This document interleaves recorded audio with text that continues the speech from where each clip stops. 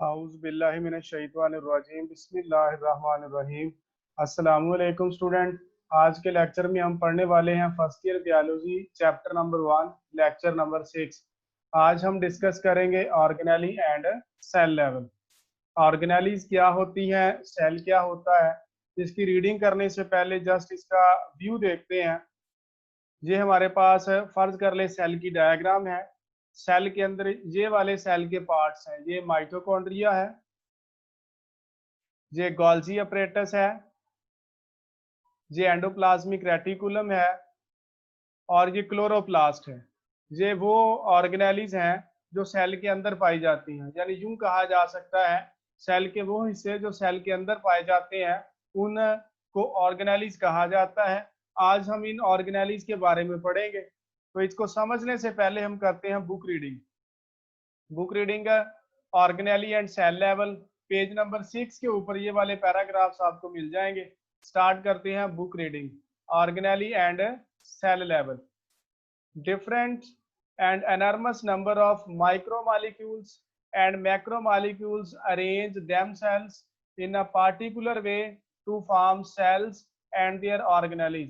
मुख्तलिफ और बेशुमार तादाद में माइक्रोमालिक्यूल्स और मैक्रोमालिक्यूल्स आपस में खास तरतीब से जुड़ते हैं टू फॉर्म सेल्स, सेल्स बनाने के लिए, एंड देयर ऑर्गेनेलीज और उनकी ऑर्गेनेलीज बनाने के लिए।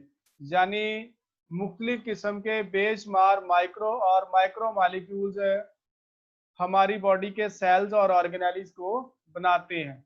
इन केस ऑफ सिंपल ऑर्गेनिजम्स, सादा जानदारों के अंदर, like bacteria, most protist, the entire organism consist of a single cell. Simple जानदार जैसा कि बैक्टीरिया और ज़्यादातर प्रोटिस्ट में एंटायर ऑर्गेनिज्म यानी पूरा जानदार consist of a single cell, सिर्फ सिंगल सेल का बना होता है। यानी सादा जानदार जैसा कि बैक्टीरिया और ज़्यादातर प्रोटिस्ट सिर्फ सिंगल सेल के बने होते हैं। इन मोस्ट फंजाई, ज़्यादातर fungi, plants and animals, the organism में consist of 2 trillions of sales.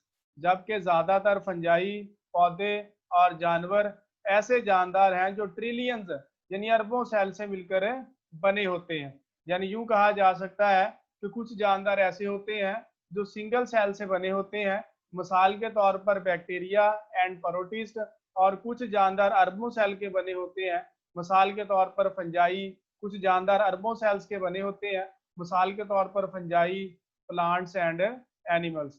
Study करते हैं सेकंड पैराग्राफ। न्यूमरस सब सेलुलर स्ट्रक्चर्स, यहाँ पर वर्ड है सब सेलुलर स्ट्रक्चर्स। सब सेलुलर स्ट्रक्चर्स का मतलब सेल के अंदर पाई जाने वाली साख्तें। न्यूमरस मतलब बहुत ज्यादा, सेल के अंदर पाई जाने वाली साख्तें हैं, जैसा कि माइटोकॉन्ड्रिया, गोल्जी अपरेटस जिसे गोल्जी कॉम्प्लेक्स कहते हैं, एंडोप्लाज्मिक रेटिकुलम एंड राइबोसोम्स। ये वो सब सेलुलर स्ट्रक्चर्स हैं जो सेल के अंदर पाई जाती हैं। have been studied for their structure and function। उन्हें कई बार स्टडी किया गया है, कई बार उनकी स्ट्रक्चर की स्टडी की गई है, उनके फंक्शन की स्टडी की गई है। इट हैज बिकम क्लियर, ये बात क्लियर हो गई है, that functions of the cells are accomplished by these specialized structure, के सेल के अंदर होने वाले फंक्शंस को ये वाली ऑर्गेनेलीज सारे अंजाम देती हैं। यानी सेल के अंदर mitochondria, Golgi apparatus, endoplasmic reticulum और राइबोसोम्स पाई जाती हैं। ये ऑर्गेनेलीज क्या करती हैं, सेल के कामों को सारी अंजाम देती हैं। Comparable to organs of the body, जैसा कि हम कहते हैं कि बॉडी के अंदर होने वाले कामों को ऑर्गन्स करते हैं, तो अगर पूछा जाए आर्गन के कामों को कौन करता है, तो हम बोलेंगे आर्गन्स टिश्यू से बने होते हैं और टिश्यूज सेल के बने होते हैं, और सेल के अंदर ऑर्गेनेलीज होती हैं। बेसिकली बॉडी के ऑर्गन्स में जो भी काम हो रहा है वो ये ऑर्गेनेलीज परफॉर्म करती हैं। These structures are called organelles. Cell के अंदर पाई जाने वाली इन साख्तों को ऑर्गेनेलीज कहा जाता है। ये साख्तें कौन कौन सी हैं, mitochondria, Golgi apparatus, endoplasmic reticulum and ribosomes. ये वो साख्तें हैं जो सेल के अंदर पाई जाती हैं और इन साख्तों को ऑर्गेनेलीज कहा जाता है। आज का लास्ट पैराग्राफ रीड करते हैं। The arrangement of organelles speaks of the division of labor within the cell. Cell के अंदर ऑर्गेनेलिज की अरेंजमेंट है, इसका मतलब है सेल के अंदर डिवीजन ऑफ लेबर है। डिवीजन ऑफ लेबर का मतलब सेल के अंदर पाए जाने वाली ऑर्गेनेलिज के काम तकसीम किए गए हैं। हर ऑर्गेनेली अपना अपना मखसूस काम करती है। अगर इन तमाम ऑर्गेनेलिज के कामों को इकट्ठा बोला जाए तो हम कहते हैं कि ये ऑर्गेनेलिज सेल के काम कर रही है, और इन ऑर्गेनेलिज ने सेल के अंदर होने वाले फंक्शंस को आपस में तकसीम कर लिया है और अपनी तकसीम के लिहाज से अपना अपना काम कर रही है। The prokaryotes have only a limited number and type of organelles in their cytoplasm. अब हमने पढ़ा था कि जानदार दो तरह के होते हैं, पिछली क्लासेस में आप पढ़ के आए हैं। जानदार दो तरह के होते हैं, कुछ को प्रोकैरियोट्स कहा जाता है और कुछ को यूकैरियोट्स कहा जाता है। प्रोकैरियोट्स ऐसे जानदार होते हैं जो प्रोकैरियोटिक सेल से बने होते हैं, और यूकैरियोट्स ऐसे जानदार होते हैं जो यूकैरियोटिक सेल से बने होते हैं। बात करते हैं प्रोकैरियोट्स की। The prokaryotes have only a limited number and type of organelles. Prokaryotes के अंदर लिमिटेड नंबर यानी बहुत कम तादाद में एंड टाइप ऑफ ऑर्गेनेलिज और चंद इकसाम की ऑर्गेनेलिज पाई जाती हैं। यानी प्रोकैरियोट्स सादा जानदार होते हैं, इनकी बॉडी में पाए जाने वाले सेल्स में ऑर्गेनेलिज की तादाद मखसूस होती है, लिमिटेड होती है, बहुत कम ऑर्गेनेलिज पाए जाते हैं। जबकि यूकैरियोट्स की बात करें, eukaryotes are rich in number. Eukaryotes में ऑर्गेनेलिज की तादाद ज्यादा है, काइंड ऑफ मेम्ब्रेनस ऑर्गेनेलिज, और इसमें मुख्तलिफ किस्म की मेम्ब्रेन वाली ऑर्गेनेलिज पाई जाती हैं। यानी यूं कहा जा सकता है प्रोकैरियोटिक सेल्स सिंपल होते हैं क्योंकि उनमें चंद एक ऑर्गेनेलिज पाई जाती हैं, जबकि यूकैरियोटिक सेल्स कॉम्प्लेक्स होते हैं क्योंकि इनमें बहुत ज्यादा इकसाम की ऑर्गेनेलिज पाई जाती हैं। A cell membrane is however present in all cells। ताहम सेल मेम्ब्रेन तमाम सेल्स में पाई जाती है, वेदर प्रोकैरियोटिक और यूकैरियोटिक। चाहे ये सेल प्रोकैरियोटिक हो चाहे यूकैरियोटिक हो, सेल मेम्ब्रेन दोनों के सेल के अंदर पाई जाती है। ये थी बुक रीडिंग। अब स्लाइड्स के जरिए इसी टॉपिक को समझने की कोशिश करते हैं। तो इस पैराग्राफ से हमने क्या करना है, सबसे पहले हम पढ़ेंगे, लिखेंगे इसके अंदर। लॉन्ग क्वेश्चन पेपर में आ जाता है, write a note on organelle and cell level. Start करते हैं। डिफरेंट मुख्तलिफ अनर्मस नंबर बेशुमार तादाद में micromolecules and macromolecules arrange themselves अपने आप को तरतीब देते हैं इन अ पार्टिकुलर वे, एक खास तरीके से, टू फॉर्म सेल्स, सेल्स बनाने के लिए, एंड देयर ऑर्गेनेलिज, और अपनी ऑर्गेनेलिज बनाने के लिए। यानी सेल के अंदर माइक्रोमॉलिक्यूल्स और मैक्रोमॉलिक्यूल्स अपने आप को खास तरीके से तरतीब देते हैं ताकि सेल्स और ऑर्गेनेलिज को बना सकें। सादा लफ्जों में यूं कहा जा सकता है कि हमारी बॉडी में पाए जाने वाले सेल्स और ऑर्गेनेलिज माइक्रोमॉलिक्यूल्स और मैक्रोमॉलिक्यूल्स के बने होते हैं। उसके बाद हम लिखेंगे सेल की definition. What is cell? Cell is the structural and functional unit of all living organisms. तमाम जानदारों की बॉडी के अंदर पाए जाने वाली स्ट्रक्चर, यानी तमाम जानदारों की बॉडी या तमाम जानदारों की बॉडी में होने वाले फंक्शंस को कौन परफॉर्म करता है? सेल परफॉर्म करता है। यानी तमाम जानदारों की स्ट्रक्चर सेल की वजह से बनी हुई है, सेल से बनी हुई है। तमाम जानदारों की बॉडी में होने वाले फंक्शंस को भी सेल सारे अंजाम देता है। तो इसलिए हम सेल की डेफिनेशन यूं कर सकते हैं, cell is the structural and functional unit of all living organisms. अब हमने ये बताना है कि किन जानदारों की बॉडी जो है सिंगल सेल से बनी है और किन जानदारों की बॉडी अरबों सेल से मिलकर बनी है। इन केस ऑफ सिंपल ऑर्गेनिजम्स, अगर सादा जानदारों की बात की जाए, मिसाल के तौर पर bacteria and most protist, the entire organism consist of a single cell. यानी बैक्टीरिया और ज्यादातर प्रोटिस्ट सिंगल सेल के बने होते हैं। जहां पर आप एक और डेफिनेशन यहाँ पे कर सकते हैं कि ऐसे जानदार जो सिंगल सेल से बने होते हैं उन जानदारों को हम क्या कहते हैं? Unicellular organisms. यानी हमें यहाँ से एक क्वेश्चन मिल जाता है, व्हाट आर यूनिसेलुलर ऑर्गेनिजम्स? तो हम बोलेंगे ऐसे जानदार जो सिंगल सेल से बने हैं उन जानदारों को यूनिसेलुलर ऑर्गेनिजम्स कहा जाता है। मिसाल के तौर पर बैक्टीरिया और ज्यादातर प्रोटिस्ट। यानी those organisms which are made up of only one cell are called unicellular organisms for example bacteria and most protist. ये थे सिंगल सेल वाले जानदार। अब बात करते हैं वो कौन से जानदार हैं जो ज्यादा सेल से मिलकर बने होते हैं। मोस्ट फंजाई, ज्यादातर फंजाई, प्लांट्स पौधे, एनिमल्स जानवर। यानी फंजाई, ज्यादातर फंजाई, पौधे और जानवर, ये जानदार कितने सेल से मिलकर बने हैं। These organisms may consist of up to trillions of cells। ये जानदार अरबों सेल्स के बने होते हैं। पहले हमने बात की थी यूनिसेल्युलर ऑर्गेनिजम्स की, ऐसे जानदार जो सिंगल सेल से मिलकर बने हैं। अब हम बात कर रहे हैं उन जानदारों की जो बहुत ज्यादा सेल से मिलकर बने हैं।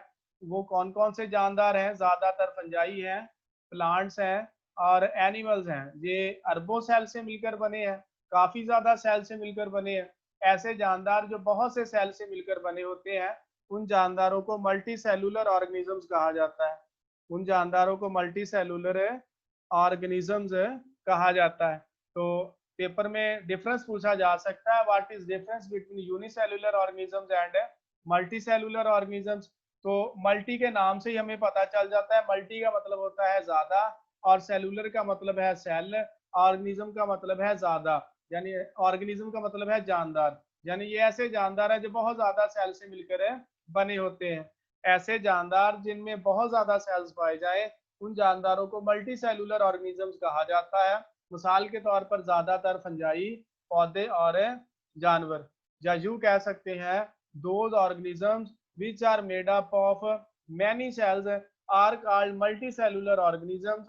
For example, fungi, plants and animals are multicellular organisms। ये वाला पैराग्राफ जो मैंने अभी आपको समझाया, इसके ऊपर आपने सेल की हेडिंग देनी है, उसके बाद आपने लिखना है। नेक्स्ट चलते हैं। नेक्स्ट हमने डेफिनेशन करनी है ऑर्गेनेली की। What is organelle? करते हैं डेफिनेशन ऑर्गेनेली की। A structure within a cell, cell के अंदर पाई जाने वाली ऐसी structure that perform its specific function, जो अपना खास काम करती है, इज कॉल्ड ऑर्गेनेली। यानी सेल के अंदर पाई जाने वाली ऐसी साख्तें जो अपना अपना मखसूस काम करती हैं, उन साख्तों को ऑर्गेनेलीज कहा जाता है। सिंपल अल्फाज के अंदर हम यूं कह सकते हैं कि सेल के अंदर पाए जाने वाले सेल के हिस्सों को ऑर्गेनेलीज कहा जाता है। Organelles are also called subcellular structures. In organelles को सब सेलुलर स्ट्रक्चर्स का नाम भी दिया जाता है। These organelles are also called subcellular structures. These organelles perform the specific function of the cell. These organelles perform the specific functions of the cell. मतलब ये ऑर्गेनेलीज है सेल के स्पेसिफिक फंक्शन करती हैं, सेल के मखसूस काम करती हैं। यानी सेल के अंदर पाए जाने वाले हिस्सों को ऑर्गेनेलीज कहा जाता है और ये ऑर्गेनेलीज सेल का कोई ना कोई काम करती हैं। तो अब हम पढ़ते हैं examples of organelles. Chand examples हैं ऑर्गेनेलीज की जो सेल के अंदर पाई जाती है। उनमें mitochondria, Golgi complex, endoplasmic reticulum and ribosome. अगर पेपर में शॉर्ट क्वेश्चन आ जाता है डिफाइन ऑर्गेनेली, तो ये सारा जो आपको स्लाइड नजर आ रही है सारी आप लिखेंगे। ब्लू कलर में एग्जांपल है और ब्लू कलर के अंदर आपकी डेफिनेशन है और ब्राउन कलर के अंदर आपको एग्जांपल्स मिल जाएंगी। यानी ये वाला जो है स्लाइड आपने जो है ये पेपर के अंदर ऑर्गेनेली की डेफिनेशन के अंदर लिखनी है। नेक्स्ट अब इन ऑर्गेनेलीज के हम फंक्शन देखने की कोशिश करते हैं कि ये ऑर्गेनेलीज कौन कौन से फंक्शंस परफॉर्म करती हैं और ये ऑर्गेनेलीज कैसे दिखाई देती हैं। तो फर्ज कर लें, सपोज किया है कि ये जो सर्कुलर फॉर्म आपको शेप नजर आ रही है, ये एक सेल है। सेल के अंदर ये पहली ऑर्गेनेली है, इसे हम बोलेंगे माइटोकॉन्ड्रिया। ये दूसरी ऑर्गेनेली गोल्जी अपरेटस कहलाती है। ये तीसरी ऑर्गेनेली एंडोप्लाज्मिक रेटिकुलम है और ये चौथी ऑर्गेनेली है क्लोरोप्लास्ट। ये सेल के अंदर पाए जाने वाले वो हिस्से हैं जिन्हें हम ऑर्गेनेलीज बोलते हैं। हमारी बुक के अंदर ये 4 एग्जाम्पल थी, इसलिए हमने चारों को समझने की कोशिश करनी है। तो सबसे पहले जो आपको डायग्राम नजर आ रही है ये वाली, इसको हम बोलते हैं माइटोकॉन्ड्रिया। ये क्या कहलाती है? माइटोकॉन्ड्रिया कहलाती है। इसे हमने बात की थी कि each organelle perform specific function. हर ऑर्गेनेली अपना अपना मखसूस काम करती है। तो माइटोकॉन्ड्रिया कौन सा काम करती है? Mitochondria is specialised for the process of respiration. Mitochondria respiration का काम करती है। अब हमें पता होना चाहिए कि रेस्पिरेशन क्या है। Respiration is a energy producing process. Respiration कौन सा प्रोसेस है? एनर्जी प्रोड्यूसिंग प्रोसेस है। Respiration is a energy producing process. Energy producing process. Each organelle performs specific function and mitochondria is specialized for the process of respiration. Respiration means energy producing process, यानी ऐसा process जो energy produce करता है। यानी हम यूं कह सकते हैं कि सेल के अंदर एनर्जी कौन पैदा करता है? माइटोकॉन्ड्रिया करता है। दूसरी ऑर्गेनेली है हमारे पास गोल्जी अपरेटस। गोल्जी अपरेटस क्या करता है? गोल्जी अपरेटस मॉलिक्यूल्स को पैक करता है। गोल्जी अपरेटस प्रोटीन्स के मॉलिक्यूल्स को या दूसरे मॉलिक्यूल्स जो एंडोप्लाज्मिक रेटिकुलम से बन के आते हैं उन मॉलिक्यूल्स की पैकिंग करता है। यानी ये क्या करेगा? पैकिंग ऑफ मॉलिक्यूल्स या packing of proteins. Packing of molecules, molecules की पैकिंग करता है। किन मॉलिक्यूल्स की पैकिंग करता है? जो सेल के दूसरे हिस्सों से बनकर आ रहे होते हैं। खसूसन एंडोप्लाज्मिक रेटिकुलम प्रोटीन को तैयार करता है। वो प्रोटीन गोल्जी अपरेटस के पास आती है और गोल्जी अपरेटस उसकी क्या कर देता है? पैकिंग कर देता है। ये पैकिंग का काम कौन सी ऑर्गेनेली कर रही है? इसका नाम है गोल्जी अपरेटस। गोल्जी अपरेटस दूसरी ऑर्गेनेली हमारे पास गोल्जी अपरेटस। इसका फंक्शन क्या है? Packing of molecules. तीसरी ऑर्गेनेली है हमारे पास एंडोप्लाज्मिक रेटिकुलम। यूं तो एंडोप्लाज्मिक रेटिकुलम के बहुत से फंक्शन है, जहां पर हम सिर्फ अभी चंद एक ही बात करेंगे। एंडोप्लाज्मिक रेटिकुलम क्या करती है? एंडोप्लाज्मिक रेटिकुलम आपने 9th क्लास में पढ़ा था कि एंडोप्लाज्मिक रेटिकुलम दो तरह की होती है। एक को बोलते हैं रफ एंडोप्लाज्मिक रेटिकुलम और एक को बोलते हैं smooth endoplasmic reticulum. Rough endoplasmic reticulum को लिखते हैं RER। तो रफ एंडोप्लाज्मिक रेटिकुलम का एक फंक्शन हम लिख लेते हैं protein synthesis. Protein synthesis. Rough endoplasmic reticulum protein को तैयार करती है और दूसरी ऑर्गेनेल दूसरा पार्ट जो है, दूसरी टाइप एंडोप्लाज्मिक रेटिकुलम की है smooth endoplasmic reticulum. Smooth endoplasmic reticulum का एक फंक्शन है लिपिड मेटाबॉलिज्म। ये 9th क्लास में ही हमने सारा कुछ पढ़ा हुआ है। स्मूथ एंडोप्लाज्मिक रेटिकुलम का एक फंक्शन है लिपिड मेटाबॉलिज्म। दूसरा ये क्या करती है? Transport of materials from one part of the body to from one part of the cell to the other parts. यानी स्मूथ एंडोप्लाज्मिक रेटिकुलम लिपिड को डाइजेस्ट करवाने का काम करवाती है और दूसरा मटेरियल को सेल के एक हिस्से से दूसरे हिस्से तक लेके जाती है। ये तीसरी ऑर्गेनेली जो आपको नजर आ रही है, थोड़ी साइड पे मैंने इसलिए बनाई है ताकि आपको पता चल जाए कि ये क्लोरोप्लास्ट है और ये वो ऑर्गेनेली है जो पौधों के अंदर पाई जाती है। ये वो ऑर्गेनेली है जो पौधों के सेल में पाई जाती है, जानवरों के सेल में ये नहीं पाई जाती। तो ये ऑर्गेनेली क्या कहलाती है? ये क्लोरोप्लास्ट कहलाती है। क्लोरोप्लास्ट का क्या फंक्शन है? Chloroplast is responsible for the process of photosynthesis. ये फोटोसिंथेसिस का प्रोसेस करवाने की जिम्मेदार है। तो हमें पता होना चाहिए कि फोटोसिंथेसिस का प्रोसेस कौन सा प्रोसेस है। फोटोसिंथेसिस का मतलब है फूड मेकिंग प्रोसेस। फोटोसिंथेसिस का क्या मतलब है? Food making process. Photosynthesis is a food making process and only occur in the plants, और सिर्फ प्लांट्स के अंदर होता है। It is a food making process. ये वो ऑर्गेनेलिज थी जिनका जिक्र है हमारी बुक के अंदर एग्जाम्पल के तौर पर किया गया है ऑर्गेनेलिज में। ये वो चार ऑर्गेनेलिज है जिनके बारे में हमने पढ़ना था। ये चार ऑर्गेनेलिज, पहली थी हमारे पास माइटोकॉन्ड्रिया, दूसरी गोल्जी अपरेटस, तीसरी एंडोप्लाज्मिक रेटिकुलम और चौथी क्लोरोप्लास्ट। पेपर के अंदर ये डायग्राम बनाने की जरूरत नहीं है, ये जस्ट मैंने आपको समझाने के लिए ये डायग्राम ड्रा की थी। चलते हैं नेक्स्ट। नेक्स्ट हमारी लास्ट स्लाइड है। all of the function of cell accomplished by these organelles। Organelles cell के तमाम कामों को परफॉर्म करती हैं। It is an example of division of labour within a cell. ये division of labour within cell यानी cell के अंदर कामों की तकसीम की एक मिसाल है। यानी सेल के अंदर बहुत सी ऑर्गेनेलीज हैं और हर ऑर्गेनेली ने अपना अपने कामों को बांट लिया है। यानी हर ऑर्गेनेली अपना अपना मखसूस काम करती है। ऐसे दिखाई देता है जैसे सेल के अंदर डिवीजन ऑफ लेबर है, जैसे मुख्तलिफ मजदूर काम कर रहे हैं और हर मजदूर ने अपने अपने काम को तकसीम कर लिया है और अपना अपना मखसूस काम करते हैं। तो इसका मतलब ऑर्गेनाइज जब सेल के अंदर अपना अपना काम करती है तो हम बोलते हैं ये क्या है, ये डिवीजन ऑफ लेबर है, यानी काम की तकसीम है। The prokaryotes have only a limited number type of organise. Prokaryotes के अंदर लिमिटेड नंबर का मतलब बहुत कम तादाद में ऑर्गेनाइज पाई जाती है। टाइप और बहुत कम किस्म की ऑर्गेनाइज पाई जाती है। ये ऑर्गेनाइज पाई कहाँ पर जाती है? In the cytoplasm. सेल का अंदर वाला हिस्सा क्या कहलाता है? साइटोप्लाज्म कहलाता है। नेक्स्ट है हमारे पास eukaryotes. Eukaryotes are rich in number and kind of membranous organelles. Eukaryotes के अंदर रिच इन नंबर का मतलब है ज्यादा ऑर्गेनाइज पाई जाती हैं, काइंड ज्यादा इकसाम की ऑर्गेनाइज पाई जाती हैं, और यूकैरियोट्स में मेम्ब्रेनस ऑर्गेनाइज भी पाई जाती हैं। मेम्ब्रेनस ऑर्गेनाइज का मतलब ऐसी ऑर्गेनाइज जिनके गिर्द मेम्ब्रेन होती है।